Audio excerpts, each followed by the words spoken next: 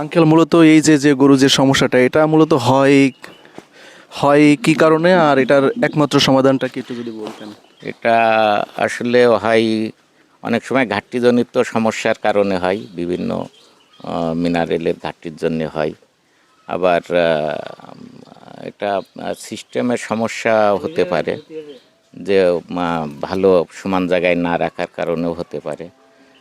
টেন্ডনের সমস্যা, এটা মূলত একটা টেন্ডন দেখা যাচ্ছে আর একটার উপরে উঠে যেতে পারে, তখন যে এই সমস্যাটা দেখে। এর একমাত্র সমাধান অপারেশনের বিকল্প কিছু না, ছোট্ট একটা অপারেশন, শুধুমাত্র একটা ছিদ্র মতো করে ওই টেন্ডনটা কেটে দিতে হয়, এটাই দিলেই সমাধান, সমাধান। সমাধান সাথে সাথে সমাধান সাথে হবে। সাথে আর হচ্ছে আপনার, যদি কেউ কারো গরু যদি এরকম সমস্যা হয় তাহলে আপনার সাথে যোগাযোগ করবে কিভাবে?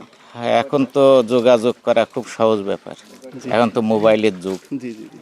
যে কোনো সময় যে কোনো জায়গা থেকে ফোন দেওয়া যায়, যে কোনো সময়।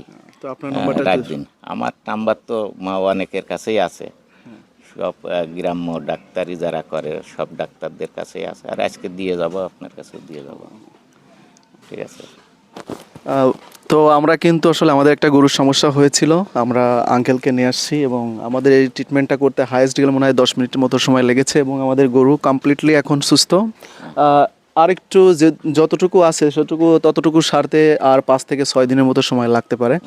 তবে ইনশাল্লাহ আশা করা যায় এটা সম্পূর্ণভাবেই ক্লিয়ার হয়ে যাবে। তো আপনারা যারা এই ধরনের সমস্যায় পড়েছেন আপনাদের গরু নিয়ে, তারা কিন্তু আমাদের স্ক্রিনে আমি আঙ্কেলের নাম সহ আঙ্কেলের নাম্বার দিয়ে দিব, আপনারা চাইলে যোগাযোগ করতে পারবেন এবং যে কোনো পরামর্শ, আপনার পশু সম্পর্কিত যে কোনো পরামর্শ যদি প্রয়োজন হয় তাহলে তার সাথে সরাসরি যোগাযোগ করার সুযোগ রয়েছে। কি বলেন? অবশ্যই অবশ্যই।